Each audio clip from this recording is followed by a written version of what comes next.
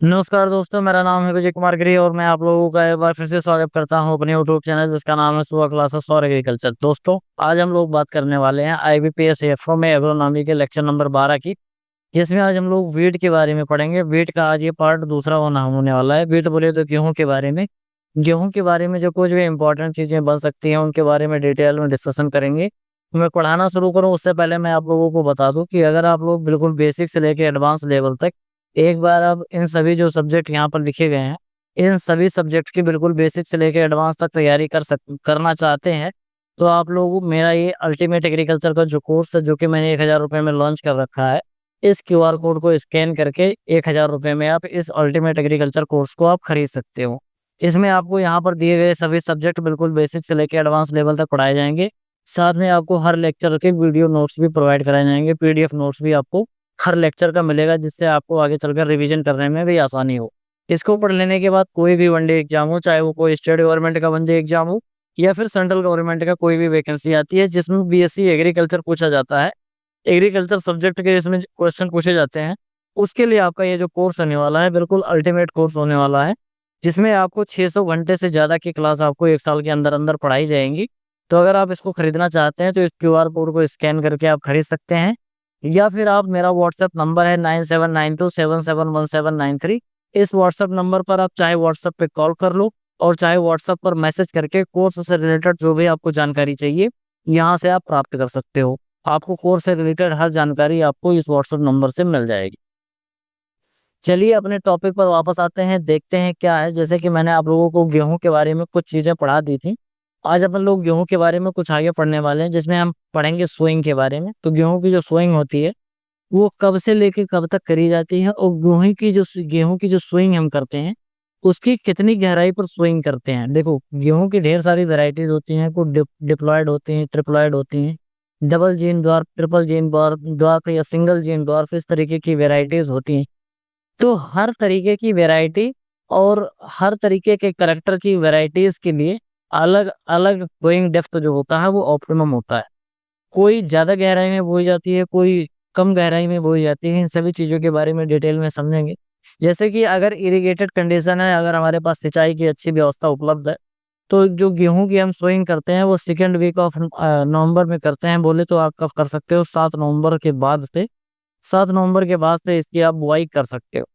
और इसकी अगर लेट सोइंग करनी है तो आप कब कर सकते हो, लेट सोइंग आपका 15 नवंबर तक 15 दिसंबर तक कर सकते हो। बोले तो 7 नवंबर से लेके 15 दिसंबर के आसपास तक आप इसमें बुआई आराम से कर सकते हो, अगर इरिगेटेड कंडीशन है, आपके पास सिंचाई की व्यवस्था पर्याप्त मात्रा में उपलब्ध है तो।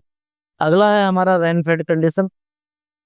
कहने का सीधा सीधा मतलब है कि हमारे पास सिंचाई करने की व्यवस्था नहीं है, वर्षा आधारित है। हमारे पास एक या दो सिंचाई करने के साधन है, बाकी हमारे पास इरिगेशन की फैसिलिटी अच्छे तरीके से उपलब्ध नहीं है। तो उसमें टाइमली अगर हमको स्विंग करनी है तो 15 अक्टूबर से लेके 15 नवंबर तक कर सकते हैं, और लेट स्विंग अगर करना है तो 15 नवंबर से लेके 15 दिसंबर तक कर सकते हैं। रीजनल कंडीशन की बात करते हैं तो हमारा जो नॉर्थ वेस्ट जो प्लेन जोन होता है, यानी कि उत्तर पश्चिमी जो प्लेन जोन है, वहां पर हम 25 दिसंबर तक बुआई कर सकते हैं, और सेंट्रल जोन है वहां पर हम 10 दिसंबर तक बुआई कर सकते हैं। और जो पेनिनसुलर जोन है वहां पर हम लगभग 30 नवंबर तक बुआई कर सकते हैं। पेनिनसुलर जोन बोले तो अंडमान निकोबार द्वीप समूह और जम्मू और लक्षद्वीप की यहाँ पर बात हो रही है। ध्यान से समझो, मैं एक बार बता दे रहा हूँ, 15 नवंबर से लेके 15 दिसंबर, 15 नवंबर से कहीं कहीं पर आपको 25 दिसंबर भी देखने को मिलता है। तो 15 नवंबर से 25 दिसंबर ये सबसे ऑप्टिमम टाइम होता है बुआई करने का। वैसे जो 15 नवंबर होता है, 15 नवंबर से जो 25 नवंबर होता है, ये हरियाणा है, पंजाब है, उत्तर प्रदेश है, राजस्थान है, यहाँ पर ये 15 नवंबर और 15 नवंबर से 25 नवंबर के बीच में जो बुआई करने का सबसे पीक टाइम ऑन एवरेज माना जाता है। सोइंग डेप्थ की बात करें तो हमारा जो डॉर्फ वेराइटी होती है गेहूं की, उसकी जो सोइंग करते हैं वो हम 5 से 6 सेंटीमीटर में करते हैं। अगर आपसे एग्जाम में पूछा जाए कि गेहूं की जो सोइंग डेप्थ कितनी होनी चाहिए, तो आपको क्या बताना है, 5 से 6 सेंटीमीटर ही बताना है, क्योंकि यही आपका ऑप्टिमम होता है। वहीं अगर हम सीडलिंग डेप्थ की बात करें, ऐसा जिसकी पोर जर्मिनेशन है या फिर रिड्यूस्ड यील्ड है, तो कहने का मतलब ये है कि अगर हम 8 से 10 सेंटीमीटर गहरी बुआई कर देंगे तो हमारा जो जर्मिनेशन होगा वो अच्छे से हो नहीं पाएगा। गेहूं में जो जर्मिनेशन होता है लगभग 85% तक होता है। ये भी आपका आईबीपीएस एफओ में पूछा जा चुका है। और जैसे ही हम 5 से 6 सेंटीमीटर से गहराई में जाएँगे, बोले तो अगर 7 से 8 सेंटीमीटर गहराई में चले गए या फिर 8 से 10 सेंटीमीटर की गहराई में चले गए, तो हमारा जर्मिनेशन कम होगा और जर्मिनेशन कम होगा तो हमारा यील्ड भी कम निकलेगा। बाकी इसके जो प्लूम्यूल्स होते हैं वो अर्थ की ऊपरी सतह तक आने से पहले ही डेड हो जाते हैं और हमारा जो सीड होता है वो जर्मिनेट होने के बाद भी आगे चलकर ग्रो हो नहीं पाता क्योंकि वो नीचे ही रह के डिस्ट्रॉय हो जाता है, नीचे ही रह के डेड हो जाता है। सोइंग प्रैक्टिस की बात करें तो सीड रेट की अलग-अलग होता है, जैसे रिकमेंडेड जो सीड रेट होता है गेहूँ का वो अलग-अलग होता है। जैसे अगर हमने टाइमली सोइंग करना है तो हमको लगभग लगभग 100 से लेके 125 किलोग्राम चाहिए और अगर लेट सोइंग करेंगे तो 125 से लेके 150 किलोग्राम हमको लेट सोइंग के लिए इतना देना पड़ता है। सोइंग की स्पेसिंग की बात करें तो 22 से 23 सेंटीमीटर इसमें एक लाइन से दूसरी लाइन के बीच में दूरी रखते हैं और लेट सोइंग में हम 15 से 18 रखते हैं। लेट सोइंग में क्योंकि पौधा ज़्यादा अच्छी तरीके से डेवलप नहीं हो पाता, अपना वेजिटेटिव ग्रोथ बहुत अच्छे तरीके से नहीं कर पाता है, इस वजह से थोड़ी-सी इसकी स्पेसिंग अगर हम कम भी रख देते हैं तो चल जाता है। और स्पेसिंग जब हम कम रखते हैं तो ऑटोमेटिकली हमारा जो सीड रेट है वो बढ़ जाता है। वैसे अमूमन आपको जो नॉर्मल सोइंग है उसमें 100 किलोग्राम और जो लेट सोइंग है उसमें 125 किलोग्राम इस तरीके का आपको दिया जाता है। ये आपका नॉर्मल है और ये आपका क्या है, ये आपका लेट सोइंग आपको देखने को मिलता है। इसके बाद आगे हम बात करते हैं इरिगेशन मैनेजमेंट की, तो इसमें वाटर मैनेजमेंट किस तरीके से करेंगे तो वाटर रिक्वायरमेंट जो गेहूँ का होता है, ओवरऑल वाटर रिक्वायरमेंट जो इसका होता है वो लगभग 450 से लेकर 650 मिलीमीटर बरसात की इसको ज़रूरत पड़ती है, इसके पूरे लाइफ साइकिल में। कई बार ये चीज़ आपको थोड़ा-सा कम ज़्यादा मिल सकता है, जैसे कहीं पर आपको 400 से 600 मिल जाए, तो आपको कोई दिक्कत वाली बात नहीं है। कहने का मतलब ये है कि 450 से 650 के आसपास, मान लो कहीं पर 350 से लेके 700 भी लिखा हुआ है, 750 800 लिखा हुआ है, तो आपको कोई दिक्कत वाली बात नहीं है। ऑन एन एवरेज आपको 450 से लेके 650 मिलीमीटर बरसात की ज़रूरत पड़ती है, पूरे लाइफ साइकिल में इसके गेहूँ के। एवरेज एवरेज इरिगेशन की बात करते हैं तो गेहूँ में लगभग-लगभग 6 इरिगेशन की हमको व्यवस्था करनी पड़ती है। अगर पानी बरस गया तो हो सकता है बरसात से अगर पानी मिल जाए तो हो सकता है 1-2 इरिगेशन कम करना पड़े या 3 इरिगेशन कम करना पड़े। बाकी अमूमन जो रिक्वायरमेंट होती है गेहूँ में वो 6 इरिगेशन की ज़रूरत पड़ती है। बोले तो हर 20 दिन के अंतराल पर हमको इसकी सिंचाई जो है करनी चाहिए। लगभग 125 से लेके 130 दिन की हमारी जो फसल होती है, जो कुछ अर्ली वैरायटी होती है या फिर लेट सोइंग वाली जो वैराइटीज़ होती हैं, जो कि जल्दी से इनको डेवलप होना होता है, तो कुछ ऐसी होती हैं जो 90 से 100 दिन में ही डेवलप हो जाती हैं। वैसे नॉर्मल कंडीशन में गेहूँ 125 से लेके 130 दिन में डेवलप होता है। तो 125 से 130 दिन में आपको 6 सिंचाई करनी है। कहने का मतलब ये है कि आपको हर 20 से 25 दिन के अंतराल पर 1 सिंचाई अपने गेहूँ के खेत की करनी ही चाहिए। ड्वार्फ जो वैरायटी है उसमें आपको लगभग 300 से लेके 600 मिलीमीटर बरसात की ज़रूरत पड़ती है, इतना डीप में आपसे कभी नहीं पूछा जाता है। देसी या ट्रेडिशनल की बात करें तो आपका लगभग जो 15 से लेके 150 से लेके 200 मिलीमीटर बरसात की ज़रूरत पड़ती है। तो ऑन एन एवरेज आपको जो है वो आपको याद कर लेना है कि 450 से लेके 650 मिलीमीटर बरसात की ज़रूरत पड़ती है आपको, किसमें? ये नॉर्मल कंडीशन में गेहूँ को ग्रो करने के लिए। सॉइल टाइप की बात करें तो लाइट सॉइल हमारी जो है, जैसे कि जो सैंडी सॉइल होती है, उसमें 5 इरिगेशन और 5 हर इरिगेशन 5 सेंटीमीटर तक करनी चाहिए। कहने का मतलब ये है कि इरिगेशन के समय पर जो पानी की मिट्टी के अंदर गहराई होनी चाहिए, वो 5 सेंटीमीटर होना चाहिए। बोले तो सिंचाई करते समय जो पानी है, वो 5 सेंटीमीटर तक चला जाना चाहिए, एक बार सिंचाई करने में। इस तरीके से आपको 5 सिंचाई कम से कम करनी चाहिए। हेवी जो सॉइल है हमारी तो 4 सिंचाई कर सकते हो, थोड़ा-सा गहराई बढ़ा के 6-6 सेंटीमीटर। कहने का मतलब ये है कि क्योंकि सैंडी जो सॉइल होती है उसकी वाटर होल्डिंग कैपेसिटी कम होती है और वाटर होल्डिंग कैपेसिटी कम है तो हमको थोड़ी-थोड़ी दिन पर कई बार सिंचाई करनी पड़ेगी और हेवी सॉइल है तो इसका मतलब ये है कि इसकी वाटर होल्डिंग कैपेसिटी ज़्यादा है। ये पानी को बहुत दिनों तक होल्ड करके रख सकता है। तो इसमें आप 4 ही सिंचाई कर दो और थोड़ा-सा पानी ज़्यादा दे दो। कहने का मतलब ये है कि कोई आदमी ज़्यादा खाना खा रहा है, तो उसको एक बार में ज़्यादा खिला दोगे तो दिन भर वो उसको खाने की ज़रूरत नहीं पड़ेगी। लेकिन अगर कोई एक ऐसा आदमी है, बीमार है, जो एक बार में ज़्यादा खाना नहीं खा पा रहा है, तो उसको दिन भर में थोड़ा-थोड़ा 3-4 बार खाना देना पड़ता है। यही सीधे बात हो रही है। तो जिसकी होल्डिंग कैपेसिटी ज़्यादा है उसको कम सिंचाई दोगे, नंबर ऑफ सिंचाई कम दोगे लेकिन गहराई ज़्यादा कर दोगे और जिसकी वाटर होल्डिंग कैपेसिटी कम है उसमें नंबर ऑफ सिंचाई थोड़ा-सा ज़्यादा करके जो डेप्थ ऑफ इरिगेशन है उसको थोड़ा-सा क्या कर दोगे, थोड़ा-सा कम कर दो। इसके साथ-साथ आपका जो irrigation water to Cumulative plant evaporation CEP 0.9 है, often targeting the efficient irrigation scheduling water। कहने का मतलब यह है 1 लीटर अगर आपने पानी दे रखा है, 100 लीटर अगर आपने पानी दे रखा है, तो आपका 90 लीटर पानी, अगर 100 लीटर आपने पानी दिया है तो लगभग 90 लीटर आपका जो पानी है वो आपका इवापोरेशन के द्वारा उड़ जाता है, इवापो ट्रांसपिरेशन के द्वारा उड़ जाता है। यहाँ पर सीधे सीधे 0.9% का यही मतलब है। 0.9 जो रेशियो है, इसका यही मतलब है कि सिंचाई में हमने 100 लीटर पानी दिया था, जिसमें 90 लीटर पानी इवापोरेशन के द्वारा उड़ गया, बाकी हमारा कुछ ट्रांसपिरेशन के द्वारा उड़ जाता है, बाकी बहुत कम ही मात्रा में पानी जो बचता है वो हमारा पौधे डायरेक्टली उपयोग कर पाते हैं। इरिगेशन की बात करें तो अप्रोक्सीमेटली लगभग 85% जो एरिया होता है इंडिया में वो इरिगेटेड कंडीशन में आता है। और इसके बाद जो अपना है बाकी ज़्यादातर एरिया जो हमारा, फिर उसके बाद जो 15% एरिया है वो हमारा रेनफेड कंडीशन में आता है। ये हमारा गेहूं की बात हो गई इरिगेशन में। इरिगेशन मैनेजमेंट की बात करें तो क्रिटिकल जो ग्रोथ स्टेज होती है, irrigation management based on the number of irrigation available. जैसे हमारे पास 2 बार, 4 बार, 6 बार, कितनी बार हमारे पास इरिगेशन की व्यवस्था है, उस हिसाब से हम पानी देते हैं। जिसमें जो सबसे ज़्यादा क्रिटिकल स्टेज होता है वो CRI स्टेज होता है, जिसको हम क्या बोलते हैं, क्राउन रूट इनिशिएशन। ये क्या होता है, मोस्ट क्रिटिकल स्टेज होती है, ध्यान से समझना। इसमें जो CRI स्टेज में बोल रहा हूँ, ये सबसे ज्यादा क्रिटिकल स्टेज क्यों मानी जाती है गेहूं की। इसमें क्या होता है कि क्राउन रूट निकल रहा होता है। यहाँ पर आपको दिख रहा होगा, ये आपको ये पतली सी रूट दिख रही होगी ना, यहाँ तक ये आपको पतली रूट दिख रही होगी, ये रूट आपको थोड़ी सी मोटी दिख रही होगी। यहाँ पर ये मोटी रूट है और यहाँ पर आपको ये पतली रूट दिख रही है। तो गेहूं में क्या होता है कि स्टार्टिंग में जो गेहूं का बीज है, यहाँ से प्लूम्यूल निकलता है और रूट निकलता है। तो स्टार्टिंग में जो अस्थायी रूट निकलता है, जो टेम्परेरी रूट्स होता है, वो यही पतली पतली वाली रूट्स होती है। ये रूट पहले यहाँ रहती है, लेकिन फिर बाद में इनके बीच में एक रूट और निकल जाती है, और ये जो अपनी टेम्परेरी जो रूट्स है, ये टेम्परेरी रूट और नीचे आ जाती है, और बीच में ये परमानेंट रूट आ जाती है, थोड़ी सी ये मोटी रूट आती है। तो इसी को हम क्या बोलते हैं, क्राउन रूट बोलते हैं। जैसे यहाँ पर आप देख रहे होंगे, ये हमारा क्या है, ये हमारा सेमिनल रूट दिख रहा है, और बाकी यहाँ पर आपको ये दिख रहा है, ये क्या है, ये हमारा क्राउन रूट है। तो यही क्राउन रूट निकल रहा होता है, ठीक। ध्यान से आप समझोगे तो ये हमारा ये स्टेमिनल रूट निकला है, और ये हमारा क्या है, क्राउन रूट। यहाँ पर आपको ये क्राउन रूट दिख रहा होगा और ये सेमिनल रूट दिख रहा होगा। तो गेहूं में क्या होता है कि लगभग 21वां दिन जो होता है, डे आफ्टर सोइंग, लगभग 21 डे आफ्टर सोइंग जो होता है, इसमें यह क्राउन रूट इनिशिएशन होने लगता है। और यही सबसे ज्यादा क्रिटिकल स्टेज होता है, क्योंकि इसी समय पर जो क्राउन वाले रूट्स होती हैं ये निकलने लगती हैं, तो ये सबसे ज्यादा क्रिटिकल होता है।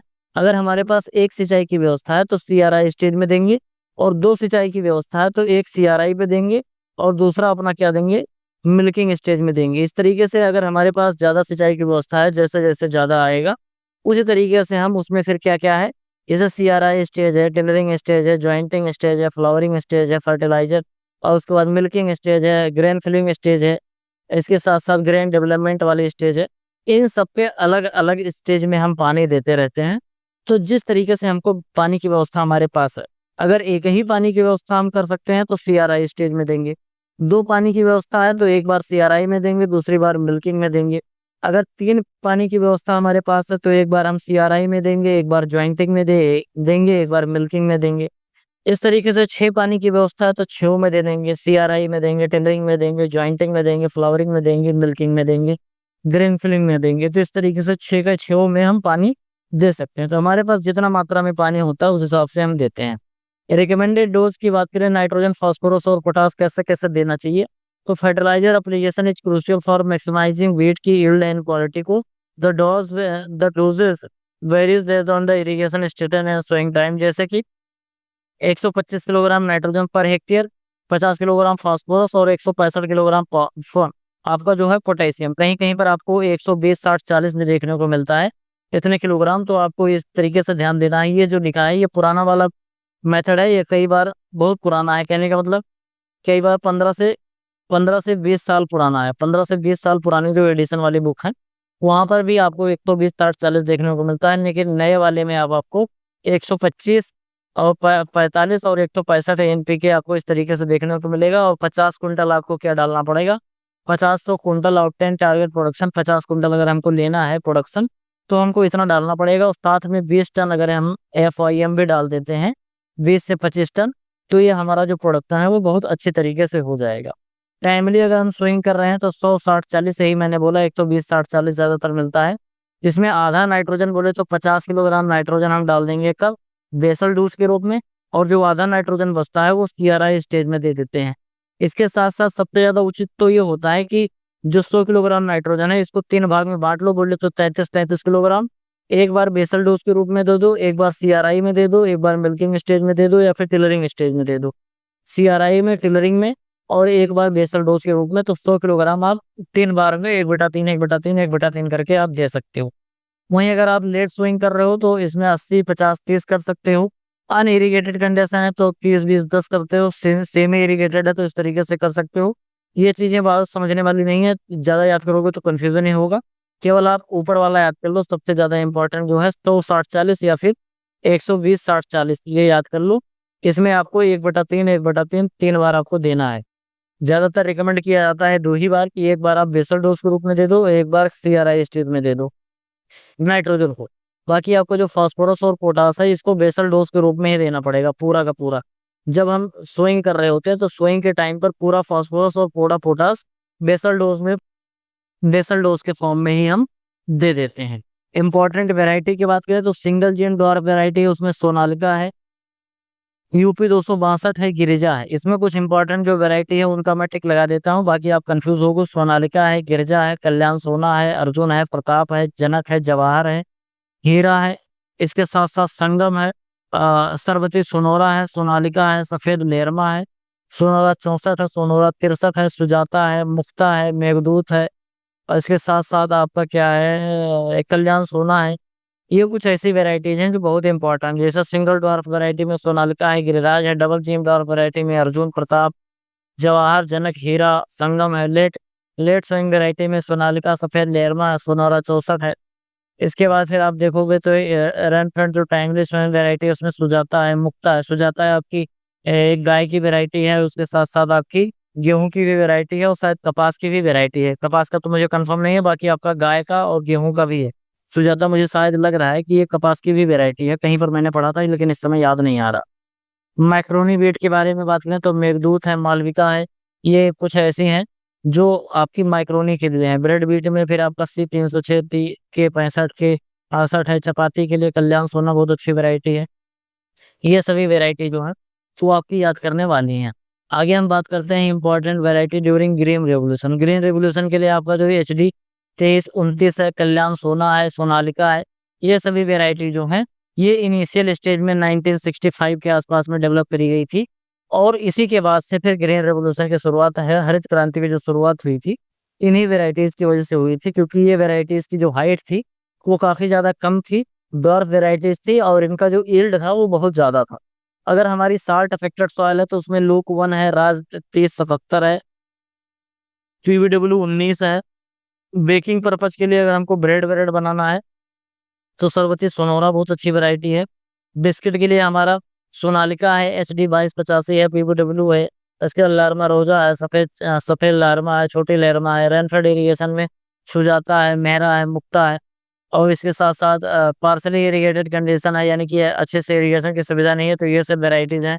फैमिली सोइंग है तो अपना अरपा है, रतन है, बिलासा है, कंचन है, स्वाति है। लेट सोइंग के लिए लोक 1 है। लोक 1 बहुत ही अच्छी वैरायटी है। उसके बाद जयराज है और मेघदूत है। ये आपकी मेघदूत और सोनाली, ये कुछ ऐसी वेराइटीज हैं जो कि आप लेट सोइंग के लिए याद कर सकते हो। बहुत ढेर सारी वेरायटी याद करने की जरूरत नहीं है, इसमें जितना आप याद कर पाओ उतना याद कर लेना। बाकी बहुत ज्यादा याद करोगे तो हर फसल का आप बहुत ज्यादा याद नहीं कर पाओगे, और क्वेश्चन कितना भी आसानी से आए, कितना भी कठिन क्वेश्चन आए, 2 4 आप हमेशा लगा लोगे, और सभी क्वेश्चन आप कभी भी नहीं लगा पाओगे, ये मेरा अनुभव है। एक एग्जाम में अगर तीन तीन वैरायटी पूछी जा रही है तो आप अगर वैरायटी कम भी याद करोगे तो भी आपका 2 तो लग ही जाएगा। तो आप बहुत मेहनत करके 3 लगा लोगे तो एक क्वेश्चन का आपको फायदा मिल जाएगा, जबकि एक क्वेश्चन के लिए आपको मेहनत बहुत ज्यादा करनी पड़ेगी, ये मेरा मानना है। इस वजह से आप जो कुछ इंपॉर्टेंट वैरायटीज है, जैसे हर क्रॉप की 4 6 10 वैरायटी जो है इंपॉर्टेंट, उसी को याद कर लिया करो, बाकी आप छोड़ दिया करो, बाकी कोई जरूरी नहीं। जो इंपॉर्टेंट थी मैंने आप लोगों को बता दिया। डिजीज रेजिस्टेंट वैरायटी की बात करें, HD 2179 है, HD 2285 है। फिर उसके साथ साथ ब्लाइट और रस्ट के प्रति रेजिस्टेंट है। फ्रूट फ्लाई के प्रति HUW है, HUW 247 है, 468 है, हीट टॉलरेंट में राज है, और लिप लाइट में एचडी है। फिर नर्मदा जो है हमारी वो ड्राउट टॉलरेंट वैरायटी है, कि 68 है, ये भी हमारी ड्राउट टॉलरेंट वैरायटी है। क्रॉपिंग सिस्टम की बात करें तो मोस्ट सुटेबल क्रॉपिंग सिस्टम क्या होता है, गेहूं है, मस्टर्ड है। गेहूं और मस्टर्ड को एक साथ बुआई कर सकते हो, और गेहूं और चिकपी की, आप गेहूं और चने की एक साथ में बुआई कर सकते हो। ये बहुत ही अच्छा क्रॉपिंग सिस्टम माना जाता है। हमारा जो नॉर्थ इंडिया है, यूपी, बिहार, और इसके साथ साथ राजस्थान, और कुछ ऐसे मध्य प्रदेश के जो कुछ ऐसे एरिया हैं जहाँ पर गेहूं की बुआई करते हैं, वहाँ पर गेहूं और सरसों दोनों मिला के एक साथ बुआई कर देते हैं। मिक्स क्रॉपिंग बहुत अच्छे से हो जाता है। इंटरक्रॉपिंग की प्रैक्टिस करते हैं तो a popular intercropping practice involve growing 4 to 5 row of wheat and 2 row of sugarcane. ऐसे भी हम कर सकते हैं। इसमें जो होता है, इसमें हम 9 रो तो ग्रो करते हैं।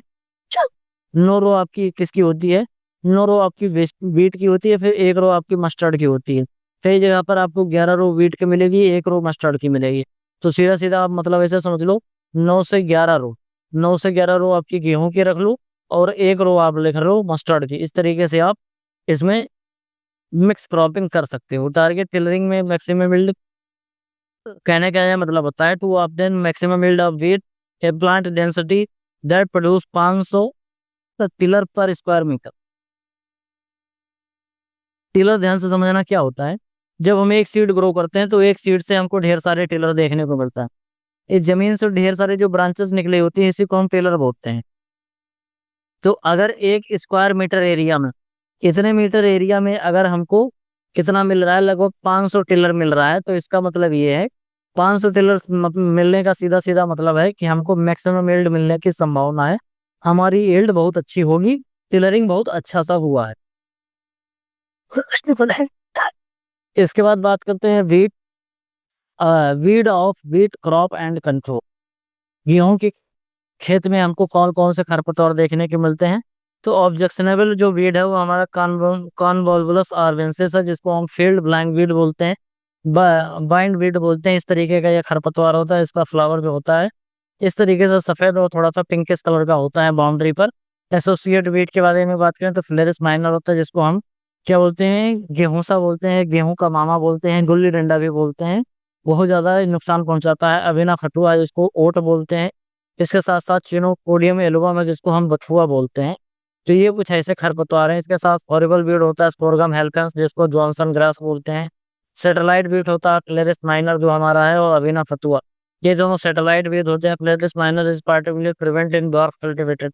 जो डॉर्फ वाली जो वैरायटीज होती है, यानी गेहूं की ऐसी वैरायटी जिनकी हाइट बहुत ज्यादा कम होती है, थोड़ा सा डॉर्फ नेचर का होता है, उसमें फ्लेरिस माइनर लगने की संभावना ज्यादा होती है। इसको रोकने के लिए सल्फोसल्फ्यूरान का हम इस्तेमाल करते हैं, आइसोप्रोटीरान, क्योंकि इसके प्रति रेजिस्टेंट हो गया है। इसके साथ साथ जो चौड़ी पत्ती वाले खरपतवार हैं उनको रोकने के लिए 2,4-D जो कि एक हार्मोन होता है, इसमें आपको क्या करना पड़ेगा, मोर देन 20 ppm से ज्यादा का घोल आपको छिड़काव करना पड़ता है। लगभग 200 ppm रिकमेंड किया जाता है। 200 ppm का घोल अगर आप डाल दोगे तो चौड़ी पत्ती वाले खरपतवार सब नष्ट हो जाएंगे। अगर 20 ppm से कम का इस्तेमाल करोगे तो यह हार्मोन का काम करता है। एक तरीके का ऐसा हर्बिसाइड होता है जो हार्मोन का भी काम करता है। आपसे एग्जाम में भी पूछा जाता है कि which of the following herbicide is act as a hormone, या फिर which of the following hormone is act as a herbicide. इस तरीके के क्वेश्चन आते हैं तो उसमें आपका जो 2,4-D है वो आपका बिल्कुल राइट आंसर हो जाएगा। ग्रेन और स्ट्रॉ के रेशियो की बात करें तो जो मैक्सिमम जो मैक्सिकन हमारा डॉर्फ व्हीट होता है, उसमें जो ग्रेन और स्ट्रॉ होता है वो लगभग कितना होता है, 1.15 होता है। बोले तो अगर 100 किलोग्राम गेहूं निकल रहा है तो आपका लगभग 150 किलोग्राम क्या निकलेगा, 150 किलोग्राम भूसा निकलेगा। 150 किलो भूसा और इतना किलोग्राम, लगभग 100 किलोग्राम गेहूं निकलेगा मैक्सिकन डॉर्फ वेराइटी में। It means it means for every 1 unit of the grain production approximately 1.5 unit of straw. यही की बात मैं बोल रहा हूँ, गेहूं और भूसा 1:1.5 के अनुपात में ये होते हैं। तो आज की वीडियो में केवल इतना ही। आई होगा आपको वीडियो पसंद आया होगा। वीडियो काफी शॉर्ट में था, अच्छे से आपको समझ में आया होगा। समझ में आया हो तो वीडियो को लाइक करिए, चैनल को सब्सक्राइब नहीं किया हो तो सब्सक्राइब करिए। आपके जो सुझाव है कमेंट बॉक्स में जरूर रखिए। मेरा थोड़ा स्वास्थ्य गड़बड़ है, इस वजह से बार बार थोड़ी सी खांसी आ रही है। आवाज मेरी जो थोड़ी आवाज है वो बैठ गई है, गले में थोड़ी सी प्रॉब्लम है, इस वजह से मैं बीच में वीडियो एक दो दिन के लिए नहीं ले आ पाया था। तो आप हमें फाइनेंशियली सपोर्ट करना चाहते हैं तो इस क्यूआर कोड को स्कैन करके सपोर्ट करिए। बाकी इस चैनल को अपने दोस्तों के साथ ज़्यादा से ज़्यादा शेयर करिए। यहाँ पर आपको एक वीडियो दिख रही होगी, अगर आप अच्छे से पढ़ना चाहते हैं तो हमारा अल्टीमेट जो एग्रीकल्चर का कोर्स है, इस वीडियो को देखकर मात्र 1000 रुपये में आप इसको खरीद सकते हैं। बहुत अच्छे तरीके से आपको पढ़ाया जाएगा। 600 घंटे की क्लास आपको मिलने वाली है। 1 साल के लिए बहुत अच्छे तरीके से आपको हर सब्जेक्ट पढ़ाने को मिलेगा। किस तरीके से आपको कोर्स में क्या-क्या मिलने वाला है, कैसे परचेज़ करना है, इस वीडियो को देख के आप अच्छे से परचेज़ कर सकते हो। यहाँ पर आपको एक प्लेलिस्ट दिख रही होगी, इस प्लेलिस्ट को भी आप फॉलो करके अपने नॉलेज को बढ़ा सकते हो। तो आज की वीडियो में केवल इतना ही। मिलते हैं किसी दूसरी वीडियो में, तब तक के लिए इजाज़त दीजिए। धन्यवाद।